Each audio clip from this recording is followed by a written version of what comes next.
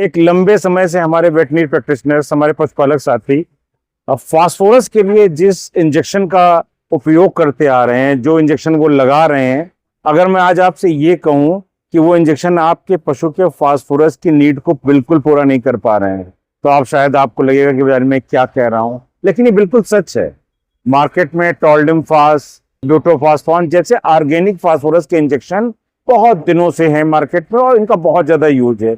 लोग फास्फोरस का इंजेक्शन समझकर इसे लगाते हैं अपने पशुओं को, और जबकि सच्चाई ये है कि ये पशुओं के जो सीरम फास्फोरस लेवल है उसको बढ़ाने के लिए बिल्कुल सक्षम नहीं। अब मान लीजिए कोई केस है ऐसा पोस्ट पार्फेरेंट हीमोग्लोबिनूरिया का, जिसमें पशु को ब्याने के बाद अभी लगभग 1 महीना हुआ है और उसके यूरिन में खून आ रहा है, उसके यूरिन में ब्लड आ रहा है, और आप उसको ये इंजेक्शन लगाने लगे टोल्डिम फास और ब्यूटोफास्फान वाला। मार्केट में टोनोफास्फान, कैटासोल, ये सब बहुत दिनों से अवेलेबल है, तो वहां पर इससे कोई भी फायदा नहीं मिलेगा। तो फिर इसका मतलब पशु को जरूरत किस बात की है? पशु को जरूरत है इनऑर्गेनिक फास्फोरस, और इनऑर्गेनिक फास्फोरस मार्केट में उपलब्ध है सोडियम एसिड फास्फेट के माध्यम से। अब बहुत सारे हमारे साथी ये कहेंगे कि जब हम ये ऑर्गेनिक फास्फोरस लगाते हैं, टोल्डिम फास या ब्यूटोफास्फान, तो पशु को भाई रिलीफ मिलता है, उसकी परफॉर्मेंस में सुधार होता है। बिल्कुल होता है, मैं आपकी बात से एग्री करता हूं।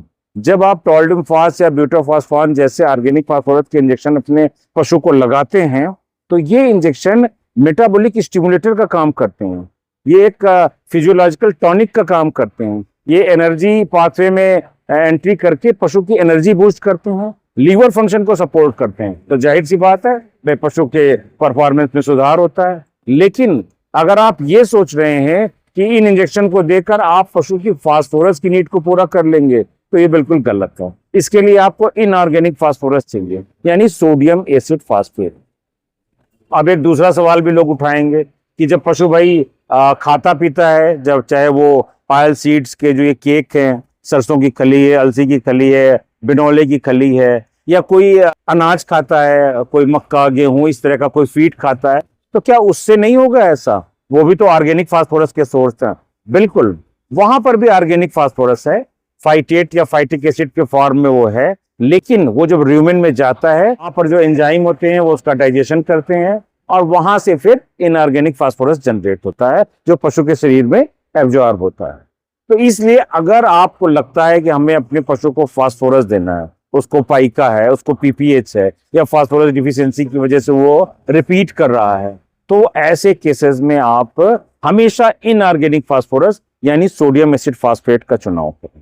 अब सोडा फास आता है बहुत दिनों से, सोडियम एसिड फास्फेट का कुछ इंजेक्शन आते हैं, नोविजैक है और यूरिमिन है, और इसी के साथ साथ ऑरिंको फार्मा का ऑरिफॉस, जो ऑरिफॉस नैनो है, इसमें 20 ग्राम नैनो फास्फोरस है, साथ में कुछ विटामिन वगैरह भी हैं। तो ये भी सब इनऑर्गेनिक फास्फोरस के बहुत अच्छे रिच सोर्स हैं, और इनको अपनाकर आप अपने पशुओं का फास्फोरस डिफिशियंसी को तुरंत दूर कर सकते हैं। धन्यवाद सर।